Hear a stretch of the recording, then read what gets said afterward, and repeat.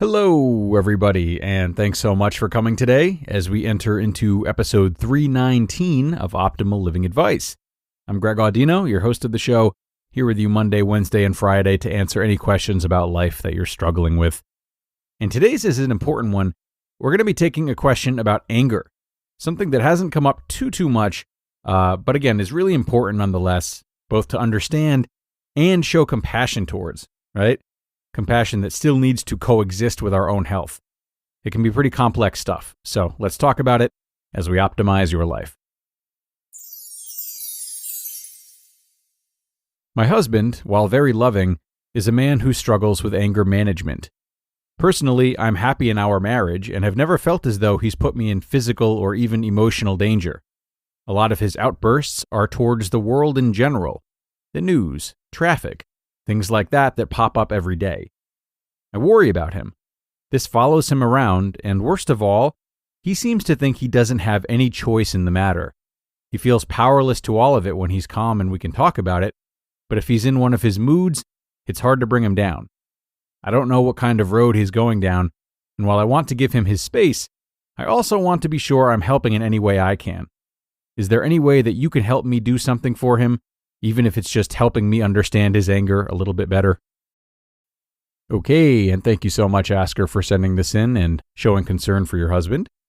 Needless to say, I'm really happy that you feel safe in the relationship, and thank you a lot for going out of your way to mention that. The fact that this hasn't spilled over so drastically into your marriage is really wonderful, though it is still very natural for you to be worried about your husband, and surely if this does escalate enough, if it hasn't already, you might end up feeling as though you need to walk on eggshells or manage your husband's reactions to things, which are some of a few unhealthy yet very common side effects if anger goes, unchecked in a marriage. But above all, we want to make sure you're still able to bring you to this marriage, rather than a watered-down version of you that's just trying to get by while desperately balancing your husband's rage and your ability to express yourself. And right now, it seems like what you want to express is your own concern for your husband. And right now, it seems like what you want to express is your concern for your husband, as well as your desire to care for him in whatever way that you can. So let's talk about what part you can play to help or understand him, a part that exists somewhere between you being a martyr and you turning yourself off and turning your true self into a passenger within this marriage. And I think we can start by talking about anger, as you asked about. There's nothing wrong or unnatural about anger. No, it's not ideal for those overtaken by it, nor is it ideal for those who are subject to it, like yourself, but that doesn't take away from its legitimacy. There's a lot of anger in this world right now, anger that is very fashionable to just let hang out, and it seems to compound upon itself because we get angry at anger. We vilify it, which doesn't really help anything. So, first and foremost, I think let's all agree to not be mad at anger. Anger is simply a secondary emotion in that it's a response to an initial feeling of threat, right? So for us to sympathize with our own anger or the anger of others, it's really crucial to consider where that sense of threat is coming from. Are we angry about traffic, like you said, because we have a deeper fear of time? Maybe we don't feel secure when we're running late to things, ultimately worried that we'll upset someone or lose our job or miss out on an experience that we're attached to having. Or, maybe we're angry at traffic because we believe it stems from incompetence in someone on the road, similar to the incompetence that maybe we've been ridiculed for our whole lives, and thus has become the part of ourselves and therefore in others that we hate. So you can imagine how many examples and possibilities might come with this. But ultimately, if we're going to heal from anger ourselves, or help someone else on their road to healing, or at least try to understand anger, this is what's at the core of it. What lack of safety is causing this anger, and which of our values or needs is perceived to be threatened, leading to that lack of safety. Your husband doesn't think he has a choice in the matter. He's right, unless he does this type of questioning and investigating. Those who do are those who find that they do have a choice when it comes to anger. So with that being said, This is more of your husband's journey, obviously. Even though you are his loving and caring wife, it's important for you to have strong boundaries with yourself. Strong enough boundaries that you don't go and try to fix this whole thing for him. You can help him between the cracks, though. You can provide a safe space for him to explore what's underneath his anger.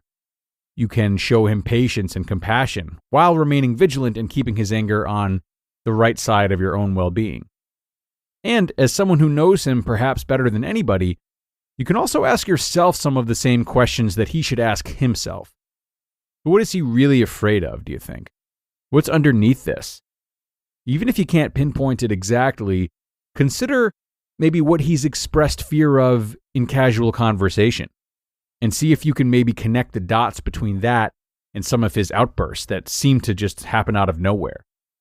And if so, you can make him feel safe within those needs of his.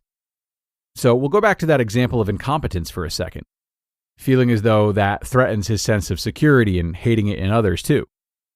While not dismissing his feelings, you can show him love when he feels he's done something wrong in a way that makes him feel incompetent. You can forgive the moments of incompetence in yourself and others and put that forgiveness on display. You can acknowledge the gifts that might come from moments of incompetence or the outside variables that might cause incompetence. You can slowly and creatively create a newer, more loving impression and response to incompetence within your own belief system, of course. So this means setting an example for him in a way that he doesn't feel threatened or in trouble. That can go a really long way for him. And if you two happen to share a lot of the same fears, it might just provide a great opportunity for you to grow as well.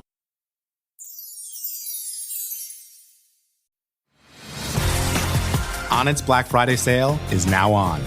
Discover our lowest prices at our biggest sale of the year with up to 60% off, including 25% off supplements, 10% off fitness, 20% off nutrition, and more. The sale ends December 4th, so make sure to save big while supplies last. Learn more at onnit.com. Coupons and codes do not stack on top of sale discounts. And a big thank you once again to the asker today for sending in this wonderful question. Certainly, I hope that you took something from what I said, but it should also be said that anger can be a very deep and volatile and misunderstood issue. So proceeding with caution is highly important, and professional help is surely the best approach if your husband, asker, is open to it. But that doesn't mean you can't put to use some of what we've talked about today. Again, and I can't stress this enough, in a way that is not silencing you, not putting your needs to the side, or allowing unsafe aggression for either one of you. Now, for anyone else who's curious about sending a question in, please go ahead and do so. Feel free to email me at advice@oldpodcast.com with whatever is on your mind.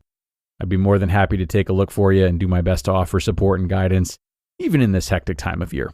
So don't be shy. Have a great rest of your day, everyone. Good luck out there this week, and I'll talk to you again on Wednesday, where your optimal life awaits.